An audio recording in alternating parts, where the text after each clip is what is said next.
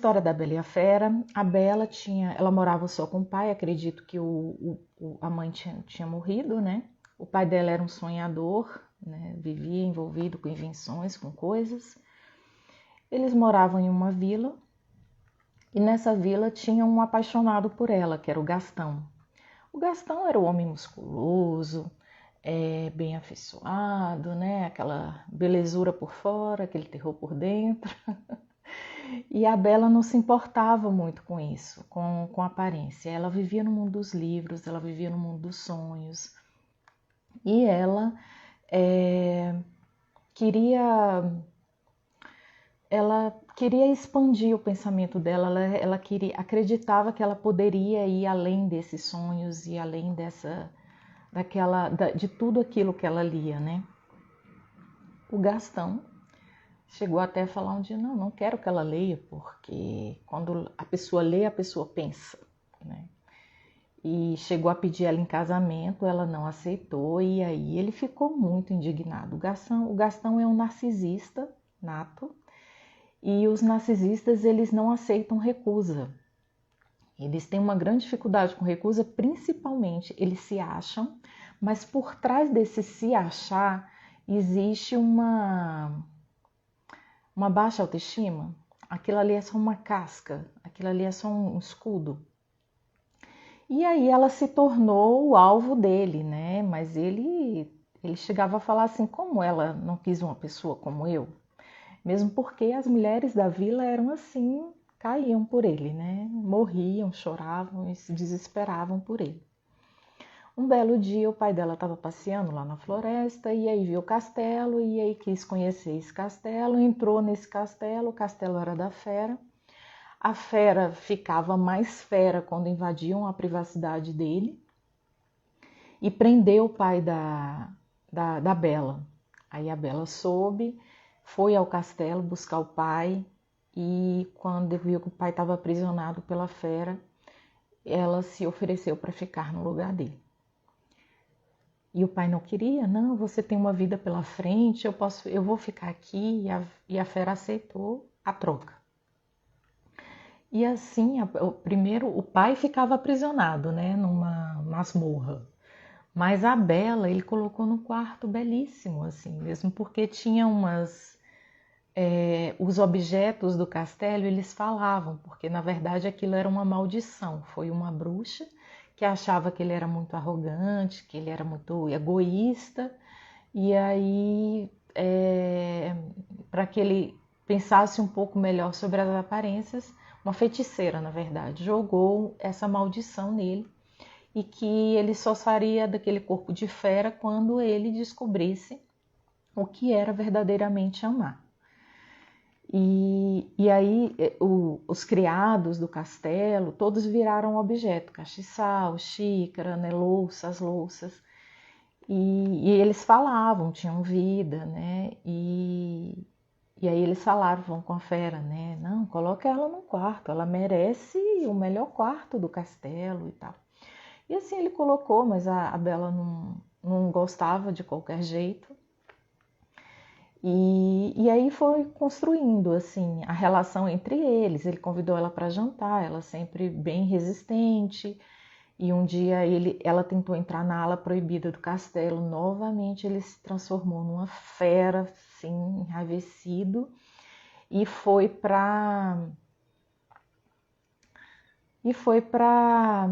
saiu pela floresta, quase morreu, ele salvou a vida dela, e aí a partir dali eles começaram a falar a mesma língua, porque ele se mostrou gentil, ela começou a derreter ele com a doçura dele, ele já se mostrou mais gentil, e depois disso eles começaram a se amar mesmo, né? Foi um amor construído, é o que eu chamo de amor construído. E um belo dia, ela muito preocupada com o pai dele, a fera tinha um espelho mágico e mostrou para ela como é que estava o pai. Ela ficou muito preocupada e ele falou assim: não, vai, você tá livre, pode ir. E aí ela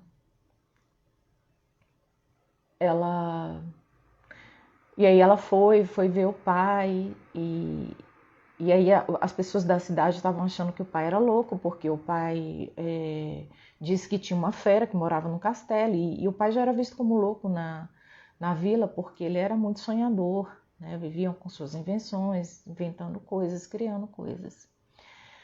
Até que a Bela apareceu e falou, não, existe realmente, ele mora no castelo, assim, porque estavam querendo até matar o pai dela, e aí foram atrás da fera, até liderado pelo Gastão. O Gastão percebeu que a Bela estava apaixonada pela fera. E aí houve uma luta entre Gastão e a fera, e Gastão chegou até a falar assim, como se ela tem uma pessoa como eu, como ela vai se apaixonar por uma pessoa como você?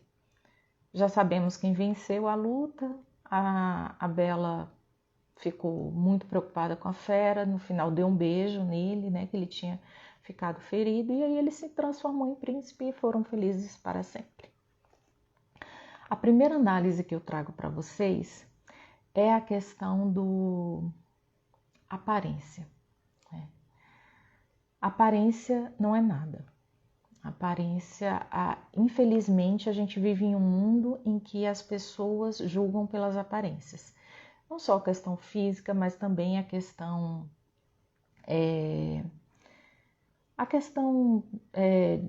de olhar para uma pessoa e julgar ela, achar que ela é assim, que ela é assado, aparências da situação, aparência da circunstância, aparência da pessoa.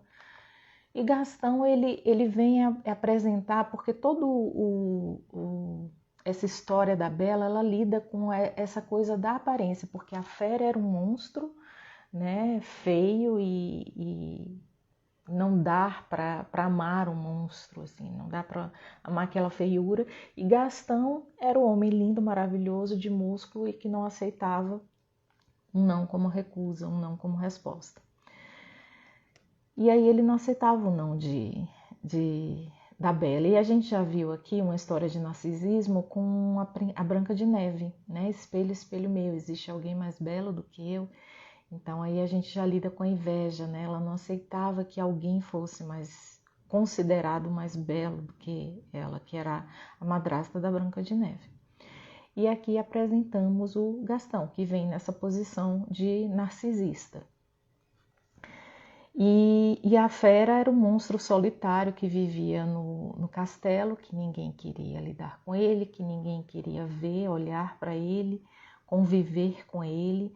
Mas o que atraía a Bela era o intelecto, a gentileza e o cavalheirismo. Eu vi a Bela como uma mulher Atena. Eu já falei um pouquinho sobre o que é mulher Atena, mas para quem não viu, a mulher Atena é a mulher que ela se apaixona pelo intelecto. Ela não se preocupa com... As mulheres atenas normalmente estão casadas com homens que gostam desse mundo intelectual, que estudam, que vivem essa questão dos livros, da intelectualidade, da inteligência. Se você for perguntar para uma mulher Atena por que ela se casou, com certeza ela vai falar que foi por causa disso, assim que existe essa conquista, assim. E o Gastão, ele não dava valor nenhum aos livros, ele não estava interessado em leituras, ele estava interessado em compor o físico dele e tudo mais. As mulheres afrodites são as mulheres que se interessam mais pelo físico, né? Mas a mulher Atena, ela se interessa pelo intelecto. E quando a Bela começou a conviver com a fera, ela começou a ver que ele tinha tudo o que ela buscava, né? A princípio, né, quando eles começaram a ter uma relação mais amena, a primeira coisa que a fera apresentou para ela foi uma biblioteca, gente, um prato cheio. Aí eu acho que ela caiu de 4 e não levantou mais. E aí ela ficou encantada com aquilo, assim, o tamanho daquela biblioteca e como ele guardava aquela biblioteca a 7 chaves, como aquilo era o tesouro dele, como aquilo era importante para ele. E aí ele veio, como ele tinha baixado a guarda, então ele estava mais cavalheiro, ele estava mais doce. Então foi uma composição, assim. Eu gosto muito dessa história que ela fala sobre essa construção do amor, né? Que é aquela coisa do dia a dia, que é aquela coisa da quando a gente vai conhecendo a pessoa, a gente vai amando mais.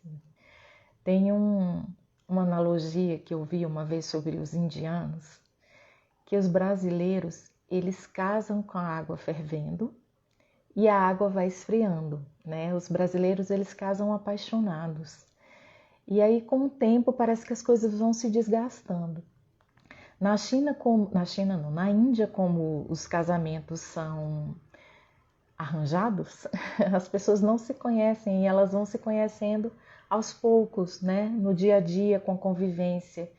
Então, eles falam que os indianos casam com a água fria e vai fervendo a água com o tempo. E o amor da Bela e a Fera foi assim, foi esse amor construído, esse amor cultivado, né, no dia a dia, na rotina, um conhecendo cada vez mais o outro. Isso me faz lembrar uma coisa dos relacionamentos online que a gente tem hoje, não os relacionamentos da mesma cidade, porque já olha, já gosta, já encontra, mas aqueles relacionamentos até com pessoas de outros países, né? Parece que aquele amor ali vai sendo construído. E aí você vai conhecendo as pessoas aos poucos. É um pouco perigoso no caso do online, porque a pessoa mostra aquilo que ela quer, né? Às vezes ela vai montando um personagem para seduzir. Mas, independente disso, existe essa construção, né? Primeiro você conhece toda a pessoa e depois você vai se apaixonando aos poucos. Eu confio mais nesse tipo de relação.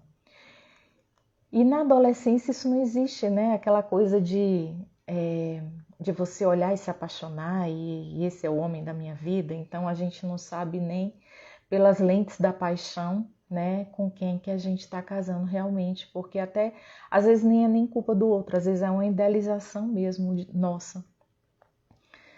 Mas enfim, esse amor da Bela e da Fera foi um amor construído, um amor conquistado, um amor solidificado e sedimentado, né?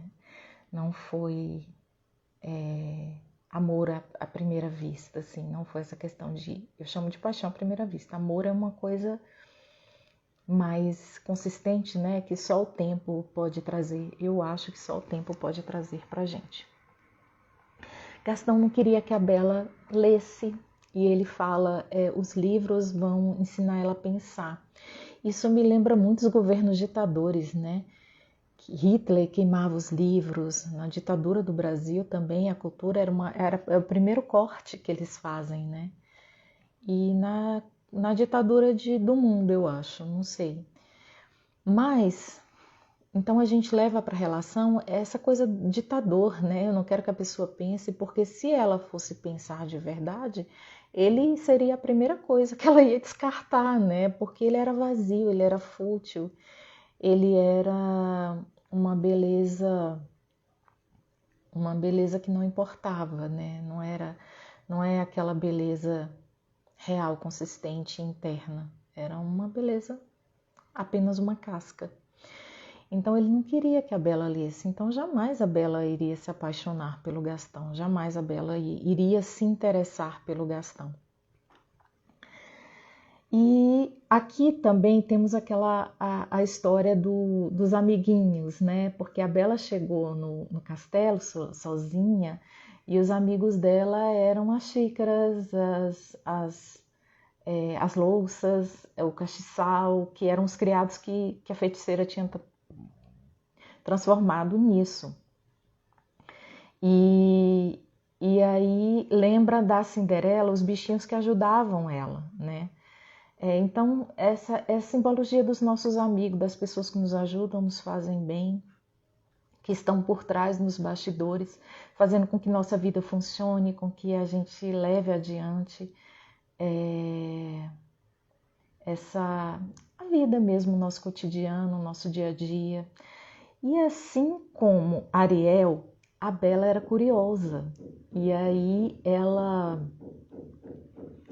ela queria explorar o castelo e ela era destemida, que falavam assim, não, não vai por aí não, porque aí ele não gosta, aí é a ala proibida.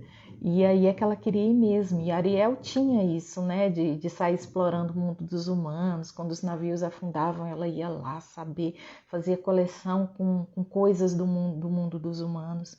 Então são essas pessoas destemidas e curiosas que estão fuçando, quero saber o que realmente existe aqui e o que isso vai, quanto mais a fundo ela puder ir em alguma coisa, ela vai. E como a Branca, a Bela era feliz, né? Porque a Branca trazia a Branca de Neve, né? Ela trazia essa felicidade. A Branca de Neve não importava, o mundo podia estar desabando e ela estava ali. E a Bela não era como a Branca no sentido de que ela sofria quando ela foi aprisionada, ela chorava, ela tinha esses aspectos, mas ela vivia cantando, ela vivia com os livros dela, né, e viajando naquele mundo desconhecido para ela e que ela vivia numa vila pequena. E tinha essa coisa da Branca, assim, de estar sempre cantando e sempre tirando do limão uma limonada, né? Deixa eu só ver aqui. Bem-vindo todos que entraram. A Lu colocou, que bonito isso da água fervendo. Eu vi isso em uma novela, Lu. O brasileiro casa com a água fervendo e a água vai esfriando, né? E os indianos, como são casamentos arranjados, as pessoas conhecem no dia, às vezes, no dia do casamento, a água casa com água fria e ela vai esquentando. É isso, gente. Então, vamos continuar nossa análise da Bela e a Fera. A Fera, eu queria saber de vocês quando vocês se transformam numa fera. Lu, eu casei em um mês. Ah, Lu, então você casou com água fervendo. Mas ela não foi esfriando, não, né? Quer dizer, pode ter ido, mas aí vocês sempre estão dando sua esquentadinha. Então, quando que vocês se transformam numa fera? Quando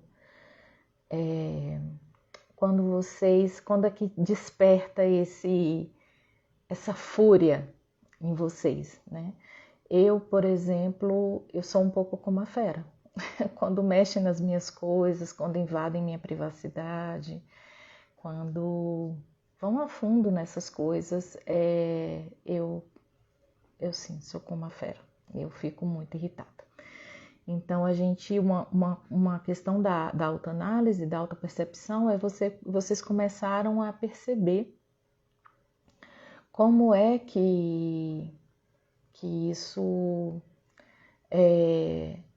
como é que isso reverbera em vocês, o que reverbera em vocês a fúria, né? O que faz com que vocês se transformem num ser não tão lindo, né? O que mexem em vocês que não é tão legal assim. E a fera é essa questão da privacidade, tanto quando ela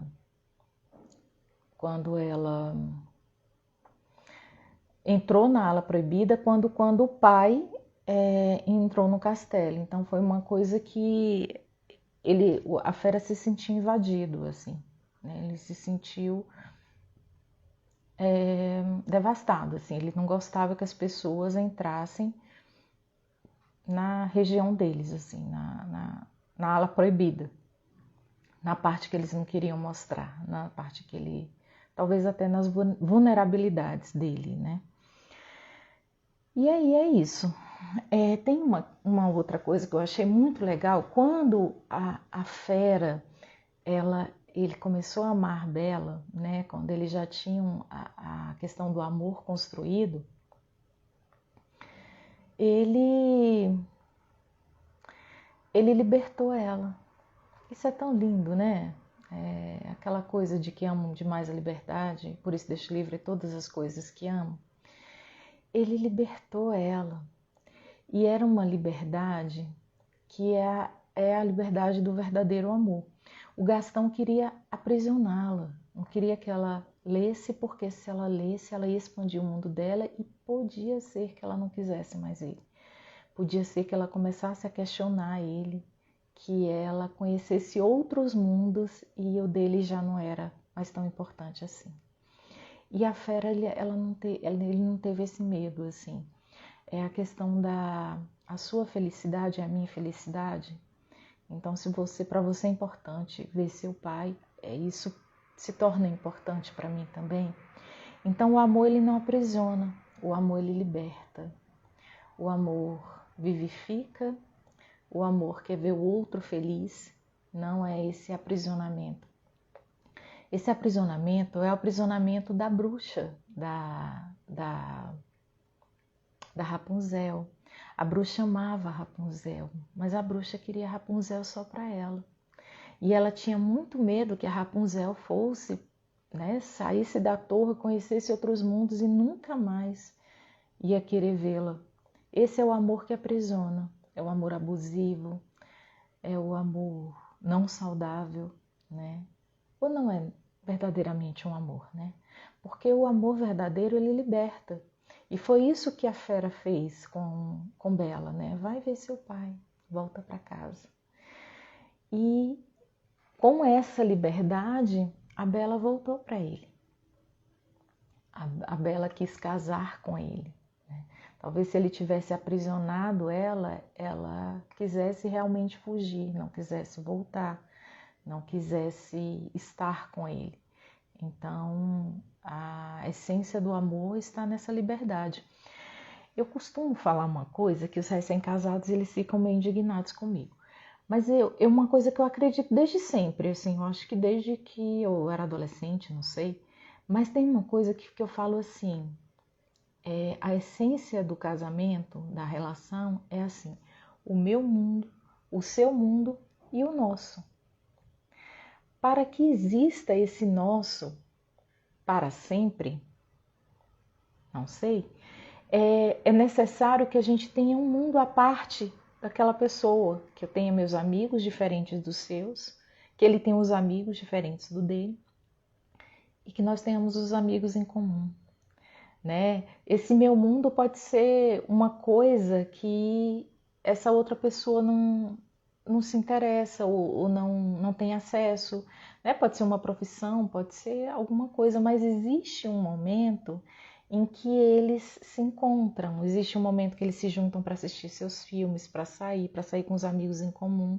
Mas aqui do outro lado, eu posso sair só com meus amigos, ele pode sair só com deles.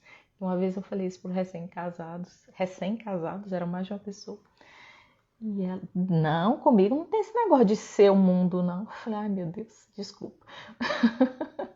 Mas eu acho que é assim o segredo da felicidade de relacionamento, né? Essa individualidade, a gente não pode perder nossa individualidade. E existe um mundo nosso, um mundo aquele mundo que a gente vai se encontrar, que a gente vai dividir, que vai ser muito belo. Mas eu preciso dos meus momentos também, né? E a pessoa também precisa dos momentos dela.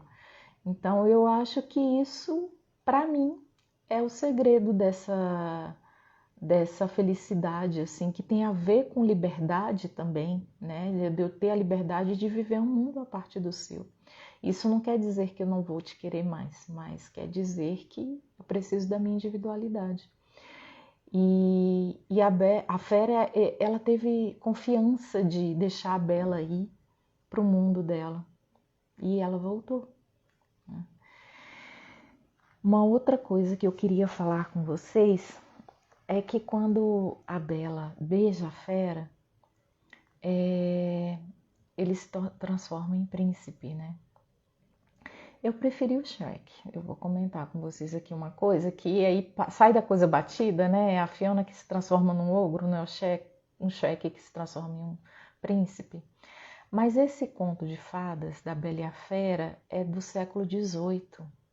Então, umas coisas mais tradicionais, né? A gente começou a ter essa revolução dos contos de fadas recentemente. Mas foi lindo ela beijar ele e ele se transformar, independente de ser príncipe ou não. É a questão da transformação, do amor que transforma, do amor que desperta o nosso melhor, né? Em Malévola, a gente vai ver um ser despertando o pior nela.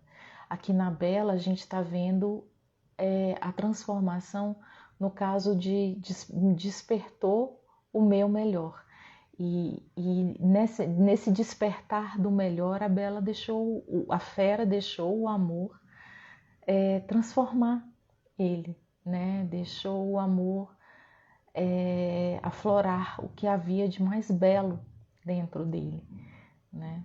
Então, eu acho isso maravilhoso, quando a gente encontra pessoas que conseguem trazer o melhor da gente, quando a gente encontra pessoas que conseguem despertar o que há de melhor na gente. Na vida real, às vezes a pessoa que desperta o nosso melhor pode despertar também o nosso pior, né? Mas são momentos que passam, né? Que bom. Mas tem isso mesmo, da mesma pessoa que desperta o nosso melhor, podem despertar o nosso pior.